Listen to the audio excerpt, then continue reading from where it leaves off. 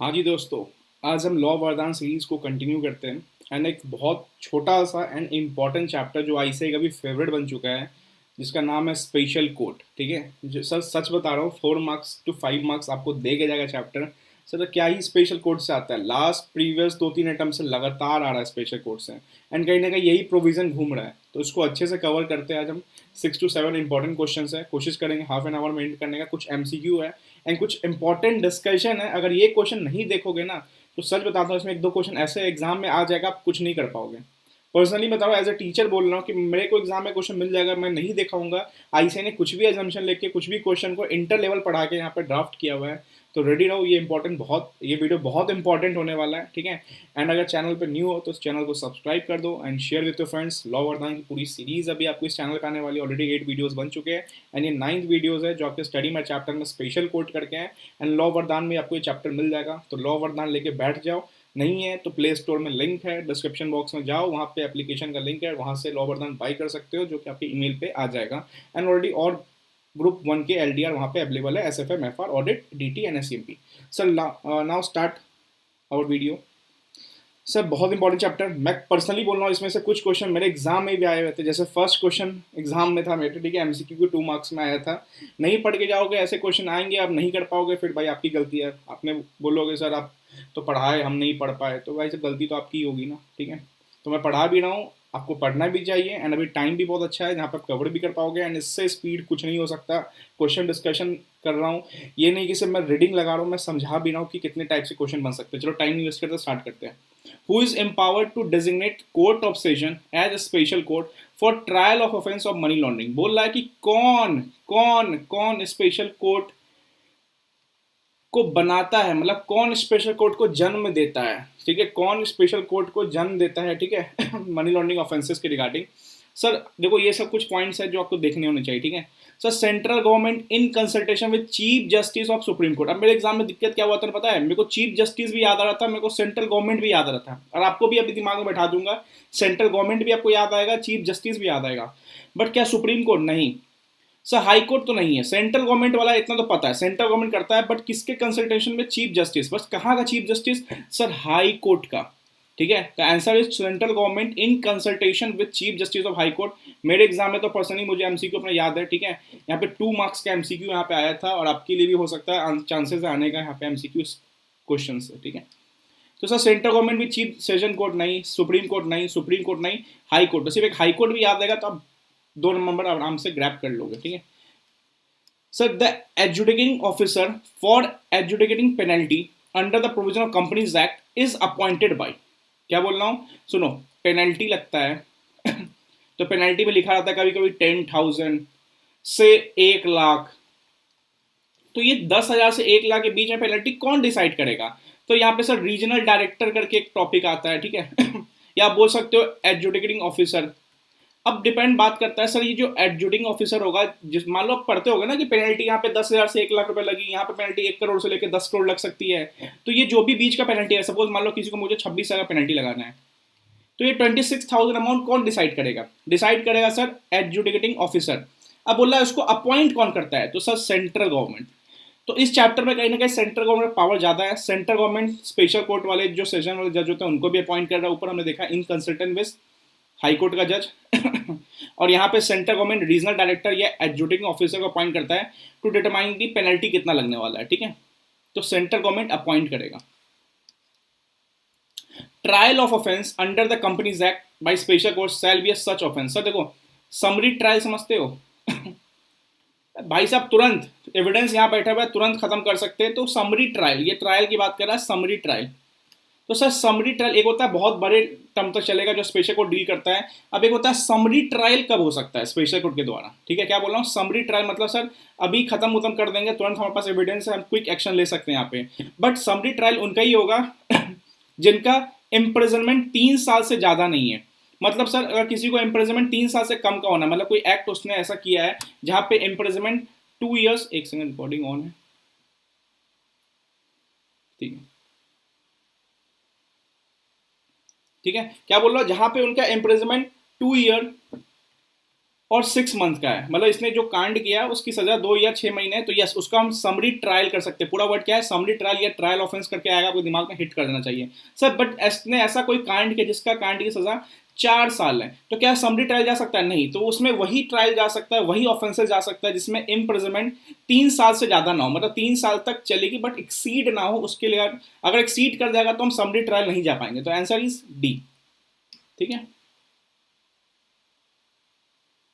I think ये question छूट गया था, इसको देख लेते हैं। Riya marketing consultants limited incorporated under the companies act 2013 had made political contribution. Riya ने क्या किया, RHE ने क्या किया, पॉलिटिकल कंट्रीब्यूशन किया। कितने का sir? 1 lakh to a political party. कितना किया? 1 लाख रुपया। ठीक है। The statutory auditor company while reviewing, अब स्टैट्यूटरी ऑडिटर आया, वो रिव्यू कर रहा है। ठीक है, क्या कर रहा है? रिव्यू कर रहा है, डॉक्यूमेंटेशन चेक कर रहा है, वाइज पॉलिटिकल पार्टी कंट्रीब्यूशन है, प्रॉपर है या नहीं है। डोनेशन जो दिया सेट पार्टी को, found that no proper board resolution. हमने पढ़ा था सेक्शन वाले मीटिंग वाले बोर्ड वाले चैप्टर में, यहाँ पे पॉलिटिकल कंट्रीब्यूशन कितना भी कर सकते हो बट बोर्ड रेजोल्यूशन चाहिए। क्या चाहिए? बोर्ड रेजोल्यूशन चाहिए।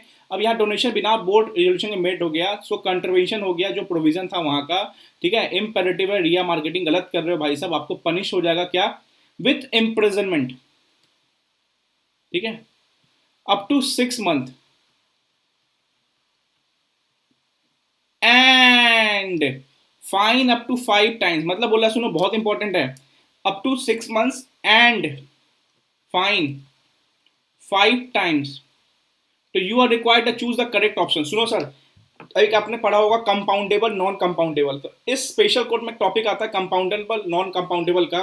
तो सर कंपाउंडेबल नॉन कंपाउंडेबल मतलब क्या होता है? सिंपल सी बात, ऐसी सजा जहां पे आप सेटलमेंट करके वहां से निकल सकते हो, दैट इज कंपाउंडेबल, एंड ऐसी सजा जहां पे सेटलमेंट नहीं हो सकता, दैट इज नॉन कंपाउंडेबल। ठीक है, अब सर सुनो, यहाँ पे नॉन कंपाउंडेबल कब होता है? मतलब मैं बोलूँ ठीक है, नॉन कंपाउंडेबल तो है कि ऐसी सजा जहां पे हम सेटलमेंट नहीं कर सकते, बट कैसी सजा जहां पे सेटलमेंट नहीं हो सकता?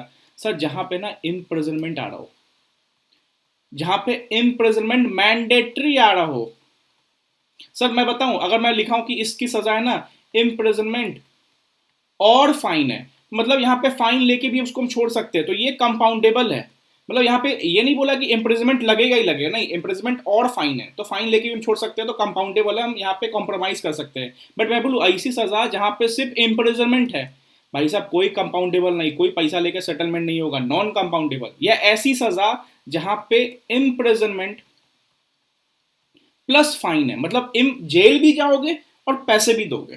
क्या बोल रहा हूँ? जेल भी जाओगे, पैसे भी दोगे, तो ऐसी सजा नॉन कंपाउंडेबल होती है। मतलब जहां पे इम्प्रिजनमेंट मैंडेटरी होगा उसको बोलते हैं नॉन कंपाउंडेबल। तो इस ऑप्शन में जो क्या हुआ था, यहाँ पे एंड था, मतलब इम्प्रिजनमेंट के साथ साथ फाइन था, मतलब इम्प्रिजनमेंट 6 महीना तो होना ही था। तो क्या कंपाउंडेबल? नहीं सर। क्या नॉन कंपाउंडेबल? यस, रुको, बट दो चीज बोला, non compoundable and non cognizable. Sir because non cognizable क्यों? बिकॉज पूरे कंपनीज एक्ट में एक ही ऐसा कांड है जो कि कॉग्निजेबल है। Sir now what is the meaning of cognizable? Cognizable मतलब आप किसी को अरेस्ट कर सकते हो विदाउट एनी वारंट। तो सर नॉन कॉग्निजेबल मतलब वारंट चाहिए अरेस्ट करने के लिए। क्या चाहिए? वारंट चाहिए। ठीक है, तो यहाँ पे कंपनीज एक्ट का सेक्शन नंबर 180 आई थिंक 2 या 3 है, ठीक है, मिस कर रहा हूँ, 2 ही है, ठीक है, 182 है, जहाँ पे पॉलिटिकल पार्टी को कंट्रीब्यूशन किया एंड रेजोल्यूशन पास नहीं किया, तो 182 का सजा है। तो क्या सर कॉग्निजेबल होगा? नहीं सर, नॉन कॉग्निजेबल होगा। सिर्फ SFIO वाला याद होगा, सेक्शन 212, वो कॉग्निजेबल होता है, मतलब वो विदाउट वारंट उठा के ले जा सकता है। तो पूरा आंसर क्या होगा? Non compoundable, because imprisonment mandatory है एंड कंपनीज एक्ट में उल्लंघन 182 का हुआ है, दैट इज नॉन कॉग्निजेबल। तो आंसर इज डी। बहुत इंपॉर्टेंट क्वेश्चन है, एग्जाम आने का पूरा चांसेस है, लेटेस्ट MTP में 2 नंबर देके जाएगा। थैंक यू बोलोगा मेरे को। ठीक है, आ जाओ आगे। MCQ done and dusted. ठीक है, आगे बढ़ते हैं सर, नीचे से स्टार्ट करते हैं आज हम। ठीक है, हमेशा जैसे सीरीज चलता है वैसे ही स्टार्ट करते हैं। सर RTP नवंबर 2021 का क्वेश्चन। चलो सर अब छोड़ो, क्या नीचे से ऊपर से ही जैसे चलता है, फिर आप बोलोगे सर घुमा रहे हो। Mister A is judicial magistrate. क्या बोल रहा हूँ? मिस्टर ए जुडिशियल मैजिस्ट्रेट है in lower court. He was appointed to hold the office of a special court. मतलब ए को लोअर कोर्ट में क्या है? जुडिशियल मैजिस्ट्रेट है। ठीक है, लोअर कोर्ट में, क्या बोल रहा हूँ, लोअर कोर्ट में क्या है? जुडिशियल मैजिस्ट्रेट है, और उसको अपॉइंट किया गया स्पेशल कोर्ट का जो भी ऑफिस है उसको होल्ड करने के लिए, फॉर स्पीडी डिस्पोजल। जल्दी से पेंडिंग केस को खत्म करो mister A. Decide in the light of company act whether appointment mister is tenable. Sir सुनो, स्पेशल कोर्ट में कौन हो सकता है? बहुत इंपॉर्टेंट क्वेश्चन। अपॉइंटमेंट ऑफ जज। Special court shall consist of single जज। स्पेशल कोर्ट में कौन होता है? सिंगल जज। जिसको अपॉइंट कौन करता है? Central government. मैंने क्या बोला, इस चैप्टर में सिर्फ सेंट्रल गवर्नमेंट याद रखना है।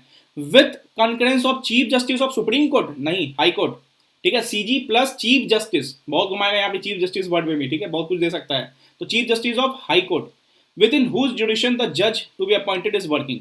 A person shall not be qualified for appointment as a judge of special court unless he is immediately before such appointment। मतलब जिस दिन उसका अपॉइंटमेंट होने वाला है उससे पहले वो या तो सेशन जज या एडिशनल सेशन जज, क्या बोल रहा हूं ये इंपॉर्टेंट है, या तो सेशन जज या तो एडिशनल सेशन जज, ठीक है, इसका पोजीशन होल्ड करता हूं। क्या बोल रहा हूं? इसका पोजीशन होल्ड करता हूं। In this case mister A judicial magistrate of lower court was appointed to hold the office for special court for speedy disposal of pending cases. As per the above provision, person shall be qualified for appointment as a judge of a special court if he immediately before such appointed holding office। अगर वो appointment से पहले अगर hold करता तो office किसका? Session जज का और एडिशनल सेशन जज का। अगर पढ़ोगे जाके वहां पे बुक में तो ये साफ कीवर्ड्स दिए हुए, सेशन जज एंड एडिशनल सेशन जज। तो यहाँ पे ए क्या कंपाइल नहीं कर रहा, बिकॉज कहीं ना कहीं वो क्या है, वो लोअर कोर्ट का जुडिशियल मैजिस्ट्रेट कर रहा है। भाई साहब अगर आपको स्पेशल कोर्ट का बनना है ना, वहाँ पे होल्ड ऑफिस करना, तो आपको या तो सेशन जज या एडिशनल सेशन जज, ठीक है, आपको इस दोनों का पोजीशन पहले होल्ड करना पड़ेगा। आपको यहाँ पे पहले घूम के आना पड़ेगा, तभी आप स्पेशल कोर्ट का पोजीशन होल्ड कर सकते हो। तो आप जो लोअर कोर्ट का पोजीशन होल्ड कर सकते हैं आप नहीं बन पाओगे, आपका अपॉइंटमेंट टेनेबल नहीं है, इज नॉट टेनेबल। याद रखना क्या क्या क्या क्या, सेशन जज, ठीक है, और एडिशनल सेशन जज। तो सेशन जज भी याद होगा तो एडिशनल सेशन जज याद हो ही जाएगा, ठीक है, ठीक है। तो ये थोड़ा रट्टाफिकेशन है, याद मेमोरी वाला चीज़ है, ठीक है। सेकंड क्वेश्चन तो भाई साहब गजब, मतलब ये क्वेश्चन अगर तुम नहीं देख के जाओगे शायद नहीं बना पाओ एग्जाम में, तो इसको डील करेंगे, रुक जाओ। Excel limited committed an offence under the companies act 2013, the offence falls within the jurisdiction of special court. Excel limited ने कोई कांड किया जो कि स्पेशल कोर्ट में फॉल किया, बुंडी डिस्ट्रिक्ट, कहाँ के? बुंडी डिस्ट्रिक्ट। अब यहाँ पे क्या था, रजिस्टर ऑफिस जहाँ पे एक्सेल लिमिटेड का रजिस्टर ऑफिस था, दैट इज बुंदी डिस्ट्रिक्ट में होगा, ठीक है, वह situated how we in Bundi district. अब जो बुंदी डिस्ट्रिक्ट था ना, यहाँ पे क्या था, 2 स्पेशल कोर्ट थे भाई साहब, 1 और 2, ठीक है, 2 स्पेशल कोर्ट, 1 इन एक्स प्लेस, एक था एक्स प्लेस पे बुंदी डिस्ट्रिक्ट में। सपोज मान लो कोई डिस्ट्रिक्ट है, वहां पे मान लो एक एक्स करके कोई इलाका है एंड एक वाई करके इलाका है, वहां पे 2 स्पेशल कोर्ट हैं। अगर मान लो मैं ही एक्सेल लिमिटेड चला रहा हूँ, ठीक है, मैं बुंदी डिस्ट्रिक्ट में हूँ, अब मुझे चला चुके मैं कोई कांड किया, अब मेरा कांड स्पेशल कोर्ट में जा रहा है। अब मैं स्पेशल कोर्ट में जा रहा हूँ, लेकिन मुझे पता चला यार एक्स पे भी एक स्पेशल कोर्ट है, एक वाई प्लेस पे भी है, या मैं नाम लेके बोलूँ तो एक लक्ष्मी नगर में स्पेशल कोर्ट है एंड एक मेरा निर्माण बिहार में स्पेशल कोर्ट है, ठीक है, दोनों सेम डिस्ट्रिक्ट में। तो मैं किसके पास जाऊँगा? ठीक है, identify the jurisdiction of special court, very very important, very very important, ठीक है, फॉर ट्रायल ऑफेंस। मैं किसके पास जाऊंगा, किसका ऑफेंस कौन मेरा डील करेगा मैटर, ठीक है। तो सर सुनो, जहां पे डिस्ट्रिक्ट में एक से ज्यादा स्पेशल कोर्ट होते हैं, बस एक की पॉइंट्स आपका 3 नंबर बन जाएगा। क्या बोल रहा हूँ, जहां पे एक से ज्यादा स्पेशल कोर्ट होते हैं उसका जुरिस्डिक्शन कौन डिसाइड करेगा? High court. टेस्ट में क्वेश्चन खूब पूछता हूँ, बच्चे खूब गिरते हैं यहाँ पे, ठीक है। तो पहले आपको क्या लिखना है, देखो अब यही बात है सर, ये तो हाई कोर्ट वाला मुझे याद आ जाएगा, तो अगर मैं सिर्फ हाई कोर्ट लिख के आ जाऊंगा नंबर मिल जाएगा 3 नंबर, नहीं, देखो ज्ञान तो थोड़ा देखना पड़ेगा आपको, तो ज्ञान देगा ही भर भर के। All offences which are punishable in this act with imprisonment 2 years और मोर। मतलब सिंपल सी बात है, स्पेशल कोर्ट कब लगता है? जब इम्प्रिजनमेंट 2 साल या उससे ज्यादा हो। सर स्पीडी ट्रायल कब तक हो सकता है? जिसकी इम्प्रिजनमेंट 3 साल तक हो उसको हम स्पीड ट्रायल में कर सकते हैं, बट स्पेशल कोर्ट कब लगेगा? स्पीड ट्रायल एक स्पेशल कोर्ट का ही पार्ट है, बट वही होता है कि जल्दी जल्दी करना चाहते हैं, क्योंकि एविडेंस जो है कलेक्ट सब है, हम जल्दी खत्म करना चाहते हैं, बट उन्हीं का होगा जिसका इम्प्रिजनमेंट 3 साल तक है। सर 2 साल से ऊपर जाते हैं स्पेशल कोर्ट लग गया आप पे, अब स्पेशल कोर्ट में स्पीडी ट्रायल होना है तो 3 साल तक का होता है, ठीक है। तो मान लो स्पेशल कोर्ट लग गया जिसका इम्प्रिजनमेंट 2 साल से ज्यादा है या 2 साल भी है तो चलेगा। Shall trial only by special court established for the area in which register office company is related. तो इतना ज्ञान आपको लिखना पड़ेगा, जहां पे रजिस्टर ऑफिस है वहां के स्पेशल कोर्ट डील करेंगे according to section 436। Where there are more special court, जब ज्यादा स्पेशल कोर्ट है, then one for such area by such one of them as may be specified in behalf by the high court. कौन decide करेगा? High court. Accordingly in the given case there are more than 1 special court in such area, जो Bundi district था वहां पे एक से ज्यादा special court था, where register office of Excel limited situation the jurisdiction of trial of special court will be specified by high court of the state of Rajasthan. High court किसका होता है? स्टेट का। तो हाई कोर्ट राजस्थान स्टेट का जो है वो डिसाइड करेगा कि भाई साहब तेरा एक्स में होगा या वाई में होगा। इजी क्वेश्चन, बहुत अच्छा, बट देखा होगा तब ये बना पाओगे। What are the powers of central government regarding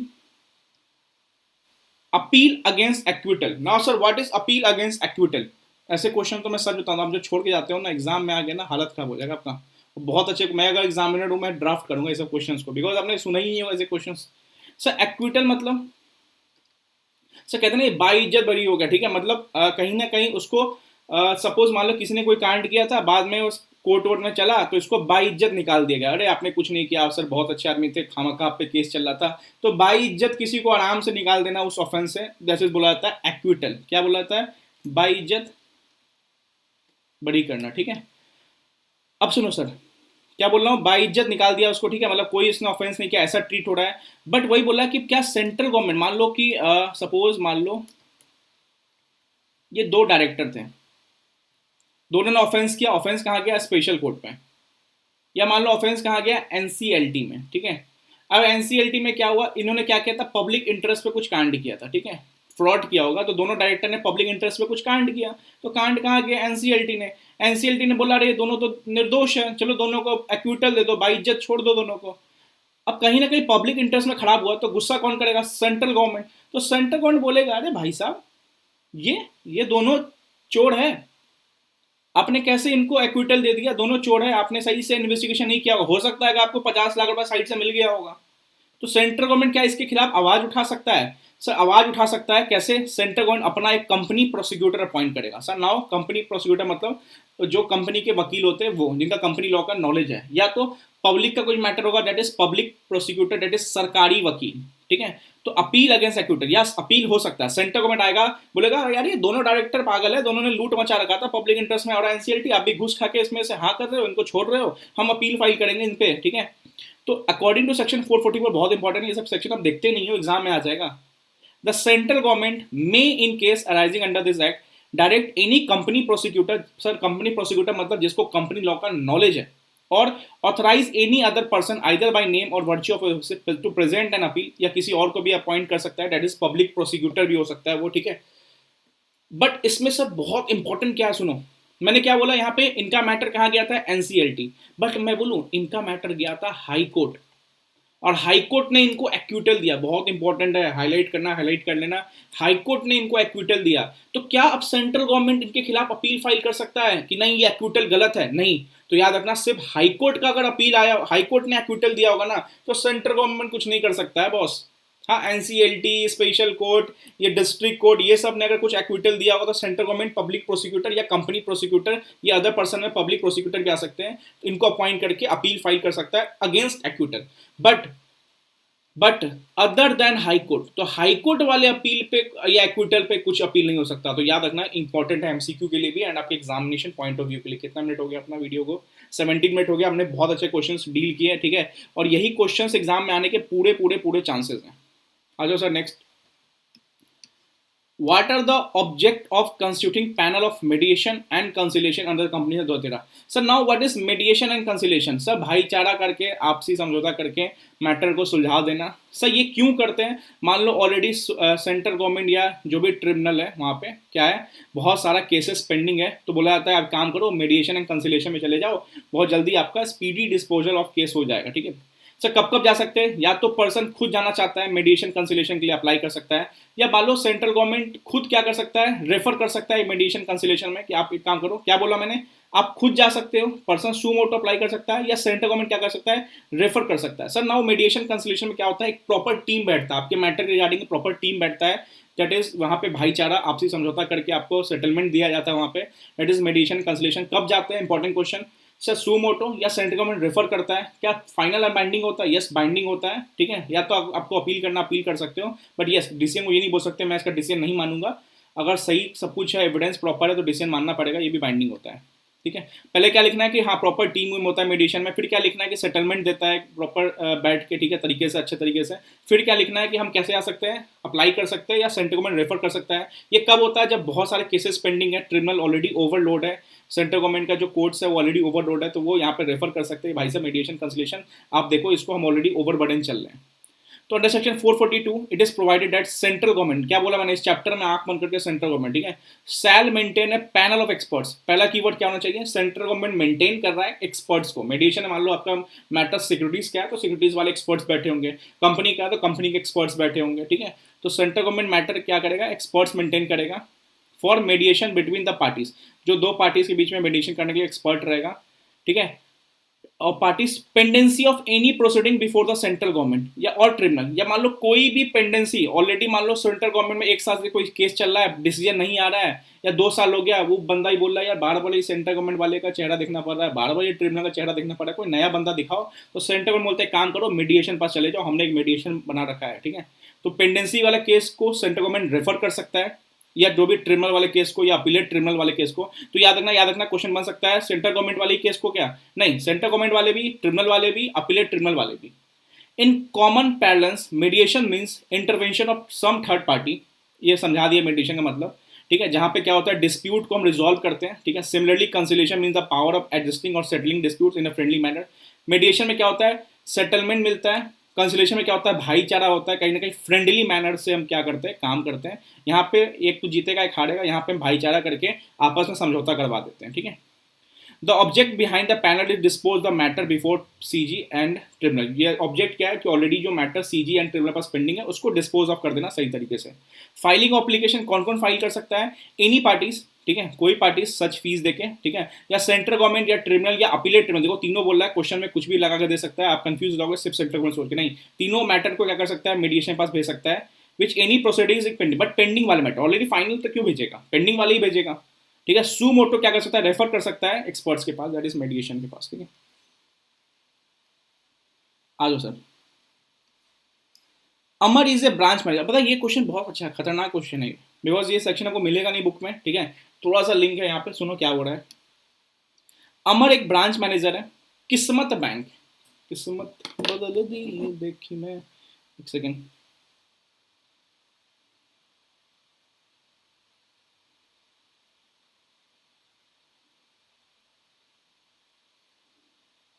ठीक है, सुनो। अमर एक ब्रांच मैनेजर है किस्मत बैंक लिमिटेड में। During the course of recovery drive initiated by the bank, अब रिकवरी हो रहा था, ऑलरेडी कुछ पेंडिंग पैसा बाकी हुआ, किसी ने किसी लोन जिसने लिया होगा उसके पास, अमर ने रिकवरी करना स्टार्ट किया। अमर को 50 लाख रुपया कलेक्ट हुआ। जो डिफॉल्टर्स थे, जो नॉन परफॉर्मिंग अकाउंट्स हो गए थे, एनपीए हो गए थे, उनसे 50 लाख रुपया मिल गया अमर को। He did not credit amount so recovered, उसने नहीं बताया बैंक को, कोई क्रेडिट नहीं किया amount in the respective borrower loan account, उसके लोन अकाउंट में कोई क्रेडिट नहीं किया, बोरोवर लोन अकाउंट्स में भी, बट किप्ट विथ हिमसेल्फ, अपने पास 50 लाख रुपया छुपा के रख लिया। Later he abscond along with the amount so collected, बाद में पकड़ा गया भाई साहब, अमर नहीं छुपने वाला, ठीक है, कितना भी आप पाप करोगे किसी ना किसी दिन वो पाप दिख जाएगा, ठीक है। इसलिए बोला जाता है आंख बंद करो, सच्चे मन से अपना जो काम कर रहे हो करते रहो, ठीक है। FIR was lodged by the bank, bank के द्वारा FIR लॉन्च हो गया, and the police after make intensive research caught and arrest him, पकड़ लिया भाई साहब, कहाँ भाग सकते, कोई नहीं भाग सकता है, ठीक है। Chargesheet was issued and case was submitted in the court, chargesheet issue हो गया एंड केस सबमिट हो गया कोर्ट में। गिवन द फॉलोइंग आंसर, अब भाई आंसर दो, क्या पूछ रहा है। इन विच कैटेगरी कॉग्निजेंस और non cognizance the embarrassment of cash shall be treated. सुनो सर, कॉग्निजेंस मतलब जहां पे हमें विदाउट वारंट चाहिए, ठीक है, और नॉन कॉग्निजेंस मतलब जहां पे हमें वारंट चाहिए, ठीक है। As per companies act, as per companies act सारे ऑफेंस क्या है नॉन कॉग्निजेबल, सारे ऑफेंस क्या है नॉन कॉग्निजेबल, बट एक SFI वाला जो कॉग्निजेबल है जहां पे विदाउट वारंट आप किसी को उठा के ला सकते हो।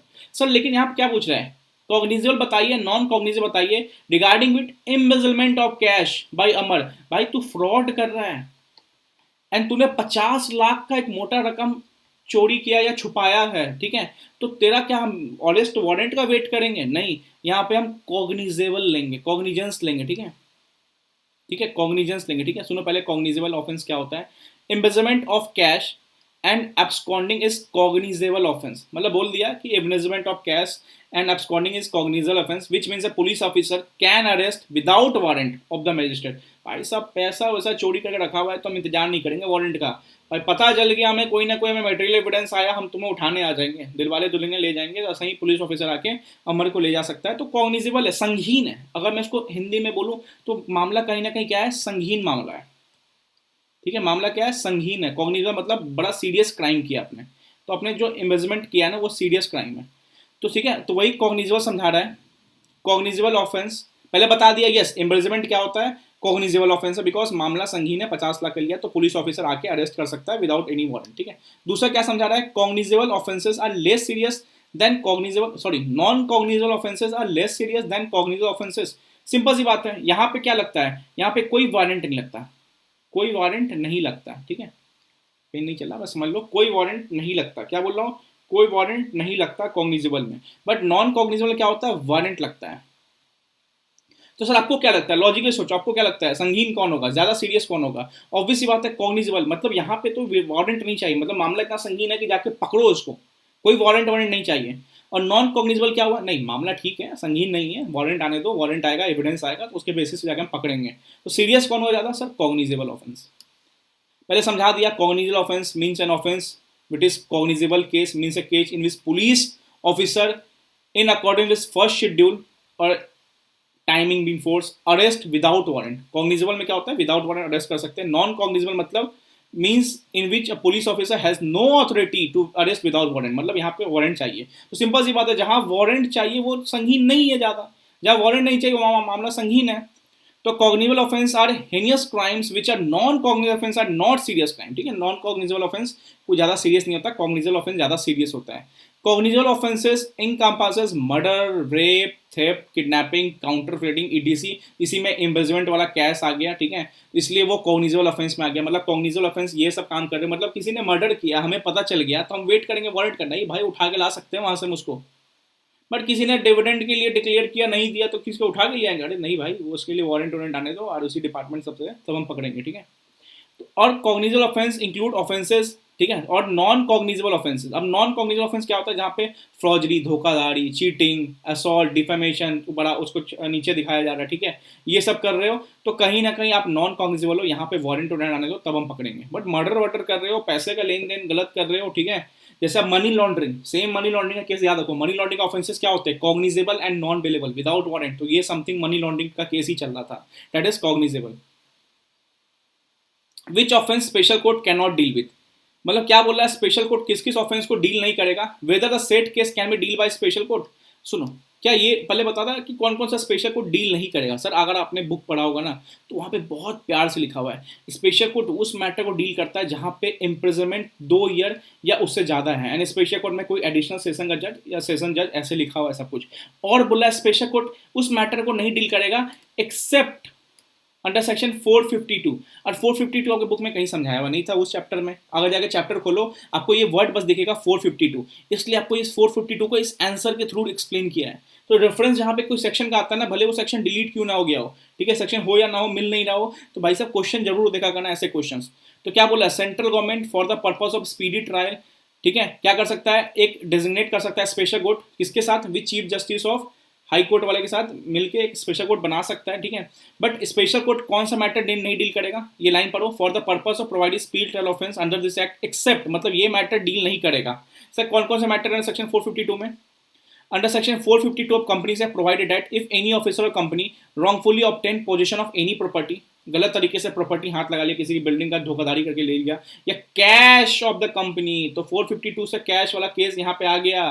तो भाई साहब 452 स्पेशल कोर्ट डील नहीं होगा यहाँ पे। सर आई थिंक पिछले एग्जाम में यही क्वेश्चन आया था, इसलिए बहुत देख के जाओ अच्छे तरीके से ये सारे चैप्टर्स हो सकता है मेडिएशन कंसोलिडेशन आपके एग्जाम में आने वाला हो सकता है कि उससे पहले वाले क्वेश्चन आ रहे होंगे।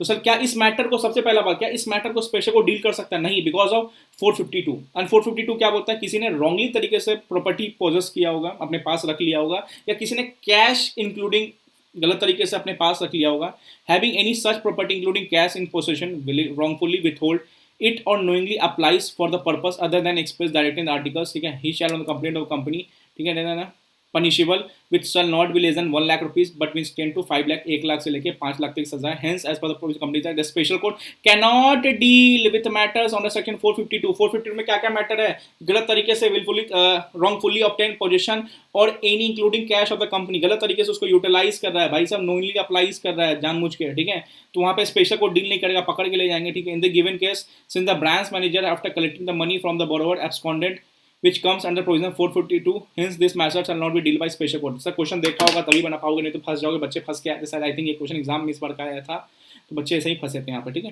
तो 452 वाले जो मैटर्स है जो भी हमने पढ़ा है, ये स्पेशल को डील नहीं करता, इसके अलावा स्पेशल को डील करता है। सर बुक क्या में सर 452 नहीं दिया हुआ है, तो बट यहाँ पे पढ़ लोगे आपको याद रहेगा कि कल के एग्जाम में पूछ सकता है रॉन्गफुली पोजीशन किया किसी प्रॉपर्टी का एंड केस बना रहा है, पूछेगा क्या स्पेशल कोर्ट यहाँ लग सकता है, नहीं लग सकता, बिकॉज 452 में आ रहा है वो, ठीक है। आ जाओ, एक क्वेश्चन जो मैं बता रहा था उसको डील कर लेते हैं। सर देखो ये क्वेश्चन, मतलब सच बताऊँ ये क्वेश्चन अगर मैं भी अगर मिल जाएगा मुझे नया क्वेश्चन ना, मैं नहीं बना पाऊंगा शायद। क्यों नहीं बना पाऊंगा, मुझे याद नहीं आएगा, बट अभी बना सकता हूँ बिकॉज मैंने भी सेकेंड हैंड कंपनी पढ़ाया है तो याद हुआ रहता है थोड़ा सा। Sir progress limited was incorporated with charitable object, ठीक है, under section 8 of the companies act, मतलब बोला सेक्शन 8 कंपनी बनी है, ठीक है, चैरिटेबल ऑब्जेक्ट है। However the company made default, और कंपनी ने डिफॉल्ट कर दिया in complying with the requirement related to the formation of company with charitable object. Section 8 company बन गई है, कंपनी जो थी उसने डिफॉल्ट किया, क्या डिफॉल्ट किया, formation of company with charitable object, सही तरीके से चैरिटेबल ऑब्जेक्ट पे काम नहीं कर रही। भाई साहब बता तो रहे कि हम शिक्षा देने वाले लोगों को, ठीक है, जो बच्चे उनको देने वाले, पता चला कि पैसा आ रहा है और पैसा गलत जगह यूज हो रहा है, वो चैरिटेबल ऑब्जेक्ट में नहीं हो रहा है, डिविडेंड डिक्लेयर हो रहा है शेयर होल्डर्स को। तो whether the offence is compoundable offence, अब पूछा क्या ये कंपाउंडेबल ऑफेंस है। सर कंपाउंडेबल नॉन कंपाउंडेबल से पहले आपको ये जानना पड़ेगा, हमेशा याद रखना कि पहले ये देखो कि इसकी पेनल्टी क्या है। अगर इसके पेनल्टी में इंप्रिजनमेंट मैंडेटरी है, मतलब मैं बोलूँ कि अगर ये करने का जो ये कांड हुआ था कि चैरिटेबल ऑब्जेक्ट नहीं हो रहा था, इसकी पेनल्टी मैं बोलूँ अगर इंप्रिजमेंट है 6 ईयर की, तो कंपाउंडेबल है नहीं सर, बिकॉज इंप्रिजमेंट मैंडेटरी है तो कंपाउंडेबल नहीं है, कोई हम राफ साफ नहीं कर सकते, कोई हम कॉम्प्रोमाइज नहीं कर सकते, कोई रफा दफा नहीं हो सकता। सर मैं बोलूँ अगर इम्प्रिजमेंट एंड फाइन है तो भी कंपाउंडेबल नहीं है, बिकॉज इम्प्रिजमेंट तो होगा ही होगा, बट मैं बोलूँ इम्प्रिजमेंट और फाइन है तो यस देन कंपाउंडेबल है। तो सर पहले आपको यह समझना पड़ेगा कि इसकी पेनल्टी क्या है। अब आपको याद हो सकता है इसकी पेनल्टी, सच बताओ नहीं याद हो सकता। सर आ गया क्वेश्चन तो रटना पड़ेगा, तो सर रटेंगे, हम रटेंगे, हाँ तो उठा बोलोगे हम ये क्वेश्चन रटेंगे, हाँ सर रटने वाले हो आप ये question. Section 8 of the Companies Act 2013 provides if a company makes any default in complying with any requirement laid down in Section 8, internal बच्चों को पढ़ाता हूँ Section 8, ठीक है, the company shall without prejudice to any other action the provision section be punishable with fine, fine कितना, shall not be less than 10 lakh रुपया but which may extend to 1 crore रुपया and the directors and every officer, ये कंपनी को fine है, and directors देखो यह लिखा हुआ है, ठीक है, कहाँ है, इफ कंपनी, कंपनी के फाइन है, ठीक है, कपूरा लाइन कंपनी पास है, एंड डायरेक्टर्स इनको कितना है 25,000 रुपया से 25 लाख रुपया, ठीक है, प्रोवाइडेड। सर क्या इम्प्रिजनमेंट हुआ, नहीं सर इम्प्रिजनमेंट नहीं हुआ, बहुत अच्छी बात है, क्या कंपाउंडेबल हो सकता है, यस कंपाउंडेबल हो सकता है, मतलब हम कॉम्प्रोमाइज कर सकते हैं यहाँ पे, इस मैटर को सुलझा सकते हैं। अब बता रहा है provided when it is prove that affairs of company were, अगर बाद में बोला अगर ये भी प्रूफ हो गया कि कंपनी ना फ्रॉड वाला बिजनेस कर रही थी, तो अभी तो इतना प्रूफ हुआ कि उसने चैरिटेबल ऑब्जेक्ट को काम नहीं किया, फॉर्मेशन जो किया उसके रिगार्डिंग काम नहीं किया, बट बाद में पता चल गया कंपनी का मेन मुद्दा फ्रॉड का था, तो भाई साहब हो सकता है आपको 447 लग जाए। सब बहुत इंपॉर्टेंट क्वेश्चन है, मेरे को लगता है 5 नंबर आपके आने वाला है इस एग्जाम में, बच्चे गिरेंगे यहाँ पे अगर जिन्होंने नहीं देखा ये वीडियो, ठीक है, या जिन्होंने ये क्वेश्चन नहीं किया, ठीक है, 447 लग सकता है अगर प्रूफ हो गया तो।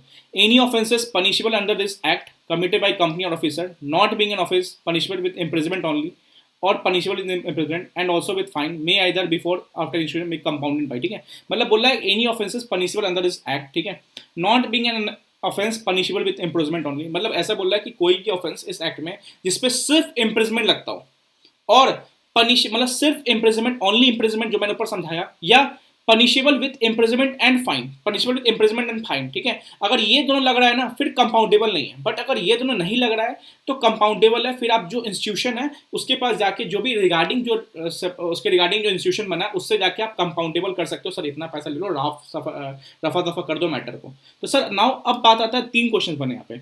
सर पहले तो सेक्शन 8 कंपनी होती क्या है, चैरिटेबल ऑब्जेक्ट की काम करती है। सर दूसरा आपको क्या ध्यान रखना है, इसका पेनल्टी क्या है, तो कंपनी के लिए 10 लाख रुपये से लेके 1 करोड़ रुपये तक, ठीक है, एंड ऑफिसर्स के लिए 25,000 रुपये से लेके 25 लाख रुपये तक, ठीक है।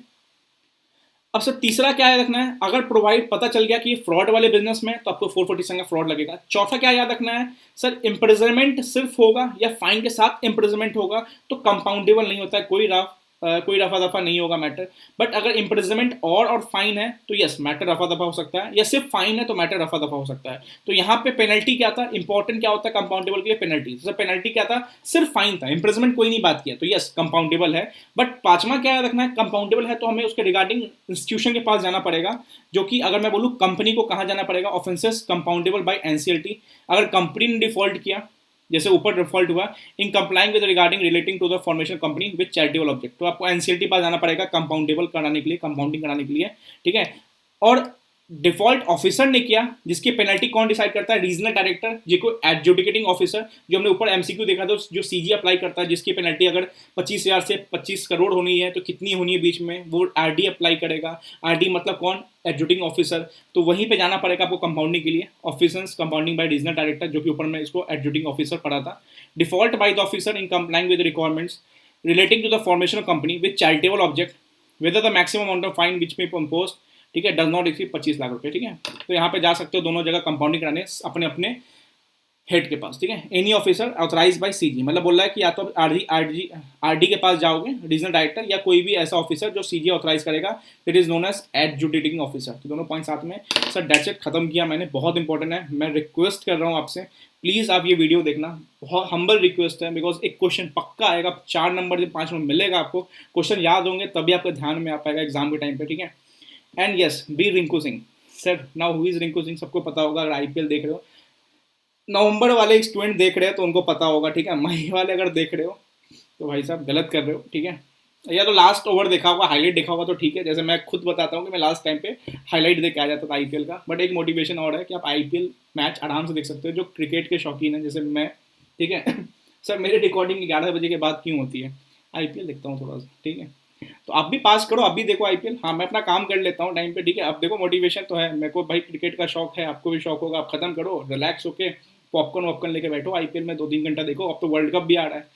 तो सर रिंकू सिंह बनो, लोग उम्मीद करते रहेंगे। उससे उम्मीद कौन? आपके रिलेटिव्स, कि ये लड़का कुछ नहीं कर पाएगा, ये लड़की कुछ नहीं कर पाएगी।